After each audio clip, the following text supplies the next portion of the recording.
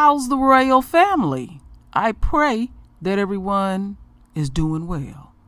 Well, my royal family. I've been laughing all damn day. I've been waiting to do this video all damn day. And I wanted to time it just right. That this video gonna be on the true royal family. And as soon as it's over with, it's gonna be right over on True Royal. Now let me show you how I'm gonna set this all up. Now after all of this going down, then you're gonna have to go over to Anchor, and it gets real juicy. Oh yeah, I'm gonna be dragging a couple of coons today, cause retrograde is kicking their coon ass. Now, my royal family, anybody that want to listen to any of my anchors, they gotta come to the True Royal family. Go to the community, and the link will be right there. But I'll make sure that this particular video, only on the True Royal family, will have that link to Anchor. And I bring pure fire. Juicy, juicy, juicy. So, Kamala Harris feels some kind of way today. And I got video and audio and all of that, and I'm going to do it True Royal style. But as I was doing my research, I went over here to News One, and they had put up this article yesterday. And is it ironic? It's a very long article, and I'm going to read some of it, but I'm going to leave the link here. Because, Corey, you next. Why are Cory Booker and Kamala Harris polling so poorly with black voters? Oh, I'm going to tell you. Oh, yes, but you know, no, I'm going to get there. I'm going to get there. So, Kamala Harris was expected to end her campaign for the Democratic nomination for president on Tuesday, according to multiple reports. The senator from California's campaign has been dogged by reports of instability, interfighting, aim her low polling numbers. In announcing the suspension of her campaign to her supporters, Harris reportedly hint at what's next for her, saying in part that I want to be clear with you, I'm still very much in this fight. Senator Cory Booker and Kamala Harris each has pretty strong showings during the 5th Democratic debate last month in Atlanta, but with the vicious cycle of history repeating itself before of their polling numbers having bulged a bit in a truth that we've seen following most of their other debate performance. So what do they have here? The lone exception is what has all but became a rule following the Democratic debates was Harris' surge in polling following her sharp exchange with Joe Biden on the topic of busing and the former vice president's sympathetic words of admiration for the two racist senators. Aside from that, though, both she and Booker polling numbers have hovered in the single digits. Ouch! To be sure, there is no perfect Democratic candidate, but all three of the front runners, four if you count Pete Buttigieg, curious upswing as of late, despite having even less support from black voters. The Booker and Harris have had their own racial missteps at one point or another, and according to recent polling, all of them are polling head and shoulders above the only two viable black candidates who have been in the race for months. That was especially true when it comes to black voters. And then they show these little fake pollings. As long as I've been around, I ain't never been a part of nobody's polls. So why are Booker and Harris polling so poorly with black voters? Oh, I know why. We all know why. There is no simple answer to that question, especially since the science behind polling has showed itself to be far from exact. But after the last debate, which include the persistent and fierce defense of black lives that we come to expect from Booker and Harris, it seems to be a question that needed to be asked.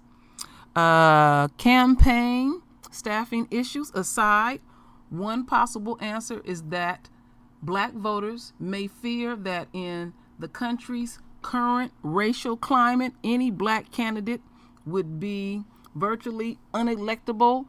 But of course, the black vote is not a monolith, and black voters, especially women, have more than proven themselves to be politically savvy and engaged to the point they deserve the benefit of any doubt when it comes to evaluating the field of candidates.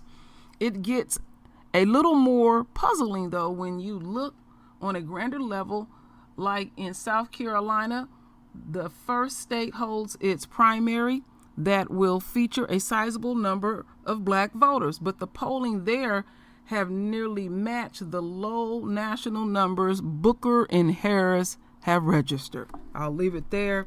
It's so much more to read, my royal family, so I'll leave it there, and we're going to continue to get into it.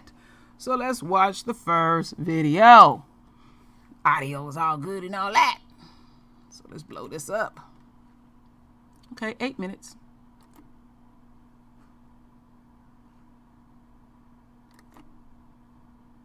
Oh, we on this shit again. Okay, let's see what happens. This is CNN Breaking News. And I guess that's why I'm running. I do believe that to beat Donald Trump, but also to heal our country, we need a leader who has the ability to unify our country and see that the vast majority of us have so much more in common than what separates us.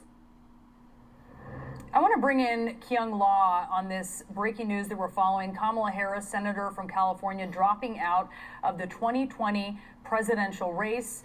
Kyung, she had been struggling in the polls, clearly struggling in fundraising. She admitted that in her letter to supporters and volunteers as she decided to suspend her campaign.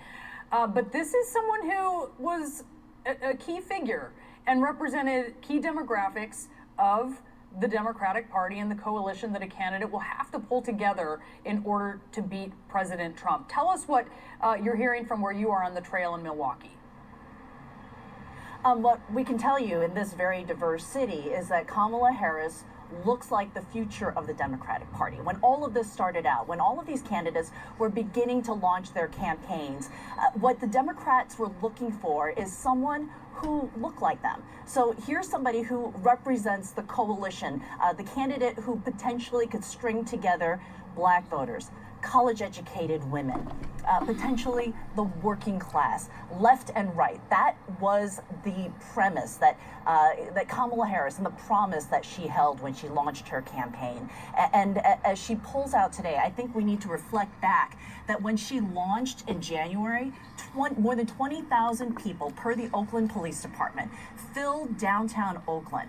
There was so much hope and promise in this campaign, and now she is dropping out. I'm told by sources that she announced this to staff in a phone call, that it really came down to the money, as she laid down in that letter. A source in the Kamala Harris Iowa campaign tells me that she just couldn't afford to pay her staffers, that she wasn't going to run in the red, that she doesn't have billions of dollars to finance her own campaign, that she relied on the donations of supporters, and that money simply wasn't coming in quickly enough in order to run the operation. Another thing that I want you to pay attention to, Brianna, is that at the end of December 28th, 26th, 28th, I'm going to have to double check the calendar here. That's the last day that candidates could pull out of the California primary and show up on the ballot and not show up on the ballot. So had Harris continued through December, she would have shown up on the California primary. That name would have been there, and she is a sitting United States Senator for California. And then to pull out certainly could have potentially had an impact on her presence or how well she does in the California primary. So all of this factors that were floating above this campaign. But when you boil it down, what people are telling me and what this letter is saying is that she simply did not have the money to keep going. Yeah, and that could have damaged her presence, as you said, especially as at this point, right? She doesn't just have the presidential election to deal with. She could be, assuming she doesn't succeed, she wouldn't succeed in this race. She would be facing re-election in California. That could wound her in that. I wonder, as you have spoken to voters, Kyung, do you get a sense of, who this would benefit or who else they're looking at? Did any of them, you've spoken to so many, were they very much married to Kamala Harris, or were they keeping their options open and also looking at someone else that you can maybe assess there just from the ground of who they might choose over her? Well, you talk to Kamala Harris supporters, the so-called K-Hive on Twitter, or the people who I run across who are her diehard supporters, there was no other option. But if you talk to Democrats on the street, and this also factors in those low poll numbers and the financing and who's donating her campaign, her name just doesn't come up. That is what I was noticing more and more. Early on in the year, so many people were talking to me about Kamala Harris, about her presence on those Senate committee hearings, about how she could take on Trump. But then increasingly, those words felt emptier and emptier to Democrats who felt that she was shifting too much. That's constantly what I heard from Democrats who had not yet made their decision, not yet decided in Iowa, New Hampshire, or South Carolina, that they didn't think that she was the one who was solid enough to take on Trump, and so they were unsure about her. So increasingly, she just wasn't even a part of the conversation with Democrats, and I think that's why we're starting to see, you saw her dropping in those polls and the news coverage beginning to fade away because she wasn't commanding attention, and that is ultimately what leads to people being interested in you, what leads to that money coming in, and again, it's if you look back to the beginning to where we are now, that speaks to the fluidity of this race. Even though there's so many undecided Democrats out there at this point, so close to the Iowa caucuses, you've got to have at least some standing. You've got to have some sea legs and some growth. And without the money to grow in Iowa, to keep on going, to pay those staffers, that was going to be more and more difficult, Brianna.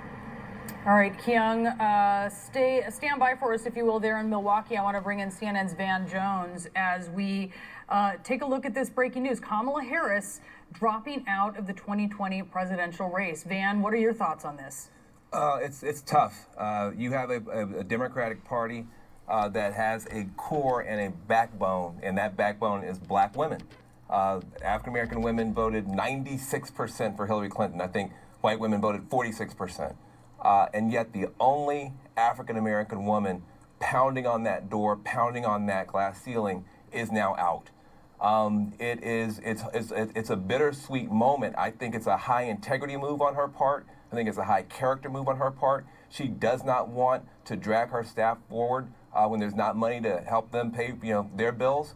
But it hurts because we have not had a black woman be able to get all the way there. You go back to Shirley Chisholm, who Kamala Harris talks about all the time, back in the early 70s, 72, trying to run, saying, listen, we have a lot to offer as women, as black people, as black women to this country. Give us that shot.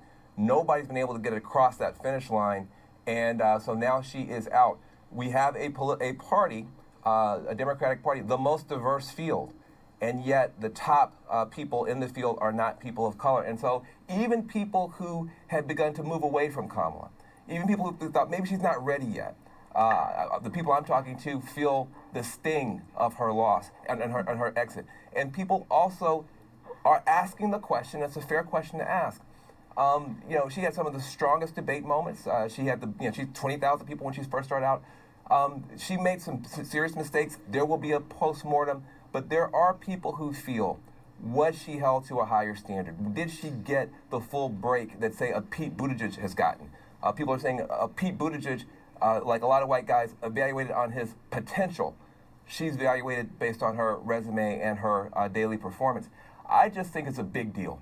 I do think it's time for people who don't feel like they can go all the way across the finish line, to look in the mirror. Do you want to put yourself through this? Would you rather have a good Christmas? But when the only African-American woman who's had a real shot has to walk away for lack of money, it's tough. It's a tough, tough day, I think, for people who love this party, who love what's going on in terms of diversity in this party, to see this happen today. All right, my royal family, but it's deeper than that. And I will get there, my royal family. You know I like to drag shit out. Y'all know my style. I know it. Drive some people up the wall. But that's just the way true royal gets down. Really get down. So, we'll get into it. So, what's really going on, Kamala Harris? You know, you tried this little hot sauce move. Wait a minute. Let's get back over there. Where is that at? Right here. That didn't work. Hillary already did that hot sauce in the purse shit when she came to Oakland. That's some insulting shit. And then, now Lisa Cabrera had to remind me of this, so I don't want to steal nothing. You know, I'm not about that. But she refreshed my memory. And about the Cardi B thing, the little dance step type of thing. And then so when I started looking further, oh, here's one right here. Remember she implied that she was, she took some smokes from weed before. And that pissed off her family, let alone her father, because, she got a Jamaican descent. And so I guess that was a way that she figured that she could connect with black voters by pulling out a bottle of fucking hot sauce, dancing to the Cardi B, and saying, oh yeah, back in the day, I used to smoke some weed. And in fact, she got caught in a lie. And here it is right here. Let me pull this up. So Kamala Harris said she smoked weed in college while listening to music that didn't exist yet. So we know that Kamala Harris is a liar. Now I live in Kamala country, and the thing that she is known for, did I put it up here? Let me see. What she is known for is being what's that put? Well, she was having an affair with Mayor Willie Brown. With Willie Brown. Let me pull that up. Let me see. Kamala Harris. And let's go back over here real quick. Kamala Harris and Willie.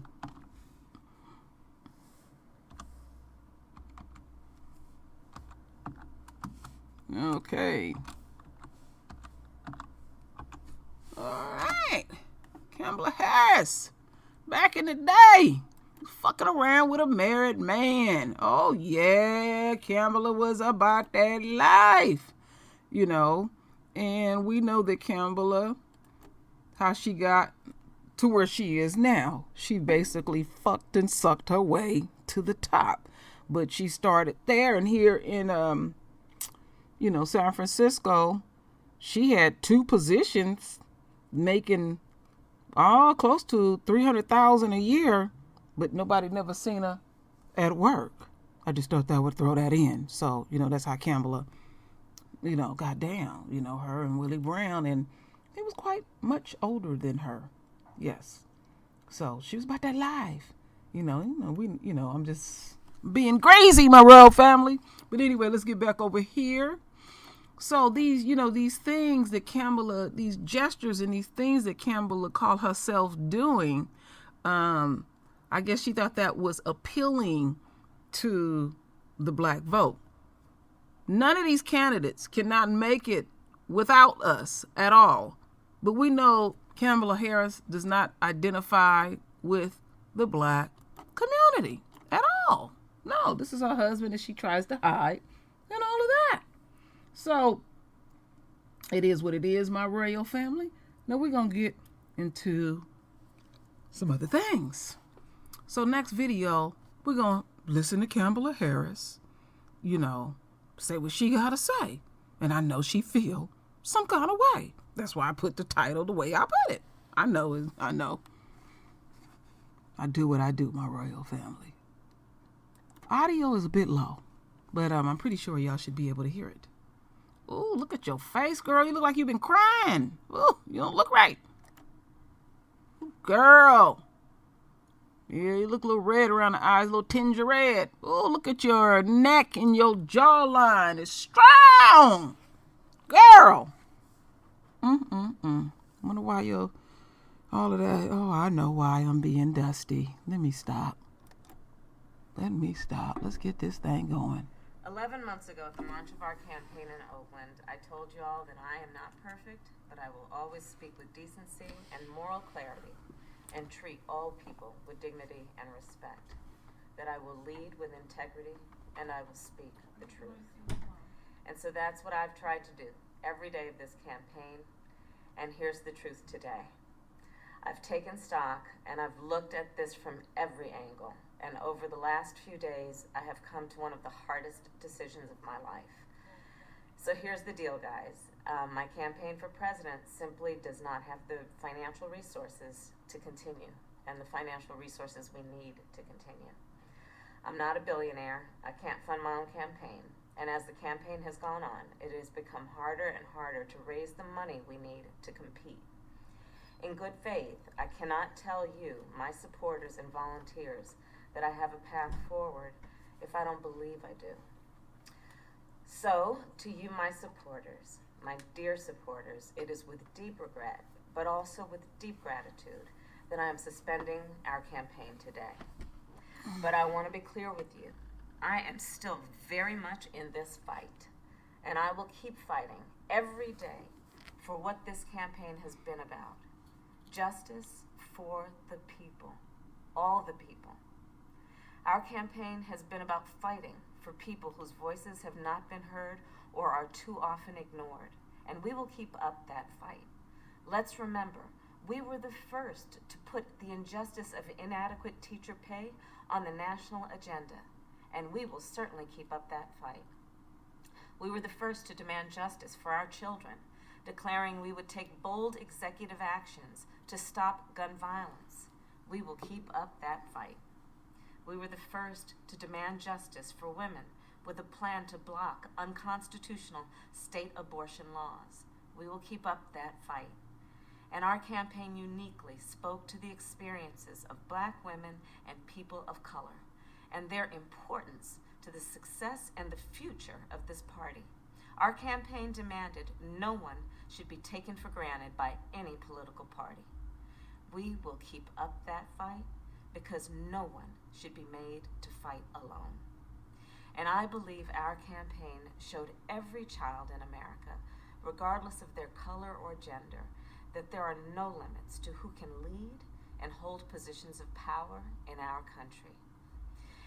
In that way, this campaign has been so much bigger than me.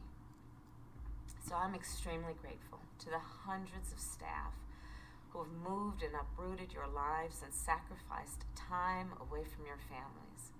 I know our fight has been personal for each one of you, and I could not have done this without my husband, Doug, and my entire family and friends who gave up so much to embark on this journey with me and have supported me every step of the way.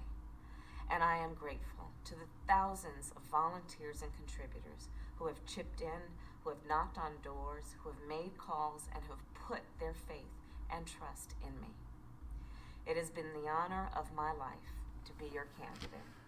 And I want to be clear, although I am no longer running for president, I will do everything in my power to defeat Donald Trump and fight for the future of our country and the best of who we are. And I know you will too. So let's do that together. Let's keep fighting for the America we believe in, an America free of injustice, an America that we know can be unburdened by what has been. Thank you, guys. All right. So as we continue on. Now, I brought up a few things that Kamala thought would, appeal to the Black voters here in America. But I have a little clipping of a video and it will speak for itself.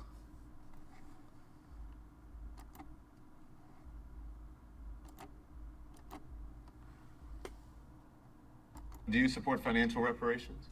I support that we study that. We should study it and see it. But look, let's look at this, for example. One of the issues that is very clear is that trauma, years of trauma or even one experience with trauma, can lead to lifelong consequences. I'm supporting some work and was part of some work that had started years ago of looking at children who are growing up in a community where there is violence.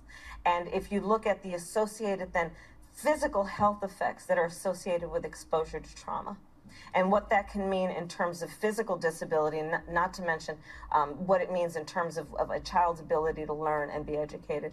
There are real factors that can be associated with trauma. And when you are talking about the years and years and years of trauma that were experienced because of slavery, because of Jim Crow, and because of all that we have seen in terms of institutional and legal discrimination and racism, this is very real and it needs to be studied. And we need to look at exactly how the response should be played out and how it should be worked. I don't need to tell you that a big voting bloc in the Democratic Party, Black Americans. Yes. What's your agenda for Black America?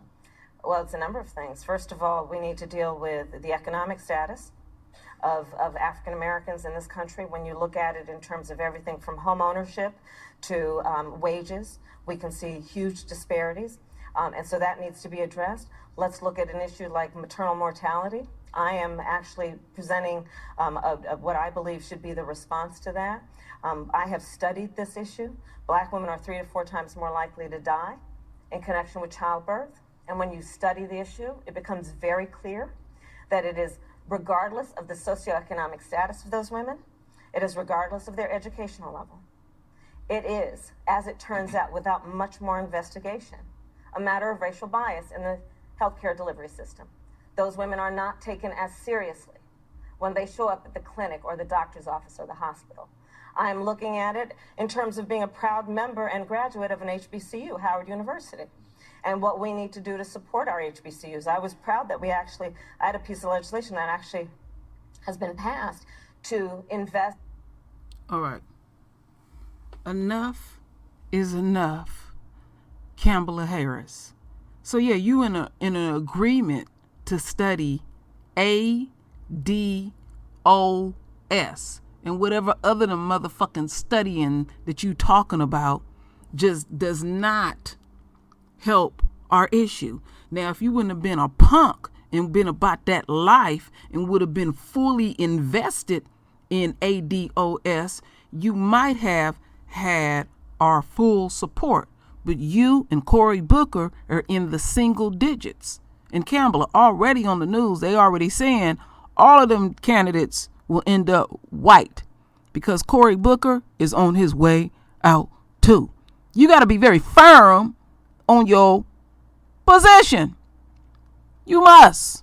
And all them gestures and all this bullshit that you sitting up here pulling with the hot sauce and the Cardi B's and the smoking the weed and all that other shit is a insult to our intelligence.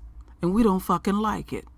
We're very serious about these issues that impact the royal family in this dying system, in this shit hole. So you feel some kind of way. And we don't give a damn about your coon ass. There's one more thing I must present to the royal family. This is who they like to appeal to. Listen to this shit. Kamala Harris posts video with crying supporters, "You Are My Hero," by Hannah Blow on November 30th, 2019. Senator Kamala Harris, DCA, posted a short video on Friday that featured supporters telling her that she brings them to tears, about which Harris wrote, "It's moments like," followed by an emoji with hearts. Harris, who has failed to gain any kind of significant momentum over the last few months, posted the video featuring 2 supporters who told the presidential hopeful that she brings them to tears. "You are my hero, for all the women You make me cry, one woman said in the video. You had me crying, too, a man added. The post inspired a few others on social media to express that Harris's presence in the race has reduced them to tears. She makes me cry too. Cry because finally, someone who is hope, who believes we can come together and to hold those who are hurting us accountable, one user wrote. And she's the one to take on Trump. Full stop. I watched her question Kavanaugh in Barr and she is unstoppable. She added, despite the fact that Attorney General William Barr and Supreme Court Justice Brett Kavanaugh were ultimately confirmed. If you can't capture the heart, you can't capture the head. This is why she's the best, another remarked. However, Harris's video also drew critics, who brought up her mounting campaign woes. Your own staff says you aren't prepared and treat staff poorly. Cute little videos don't erase bad references. I won't vote for someone who doesn't value their subordinates, one user wrote. I hope Harris doesn't win. Current and former aides of the Harris campaign have indicated that the operation is falling apart. This is my third presidential campaign and I have never seen an organization treat its staff so poorly. Former operations director Kelly Mallenbacher, who now works for Michael Bloomberg's campaign, wrote. With less than 90 days until Iowa, we still do not have a real plan to win. She continued, adding that the Harris campaign lacks leaders who will lead. Despite Harris's recent efforts, she is failing to garner more than 5% in the polls, seeing just 3.8% support, the current Real Clear Politics average shows. Oh, crazy! You don't know how to treat people right. And then you think you can pull a little shit like this to bring people into your camp. This is what they talking about. Look at this 8-second video, my royal family. Let me see if I can get it going. Let's see if I can get it going.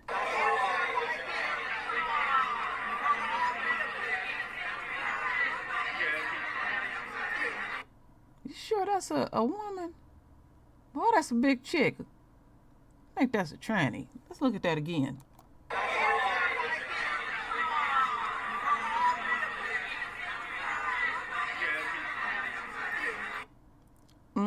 Kamala, you was up there coning, and your folks told on you. Now, I knew something was going on, because last week I heard that somebody in her staff, and most likely that was that person that went over to Bloomberg, stepped out. Kamala then treating people right. She wasn't paying people. She was feeling some kind of way because them coins wasn't trickling in fast enough. Karma is a bitch. And again, my royal family, retrograde is not over with. And people that work against the grain, work against the universe, work against Yahweh, work against the royal family. You didn't have no agenda at all. You was sitting up there cooning. You was dependent on them liberals to hold you up into hell with the black voters. But see, y'all attitude to people like you and Cory Booker, because we might look somewhat alike, that we just supposed to waltz on down there and just vote for your ass.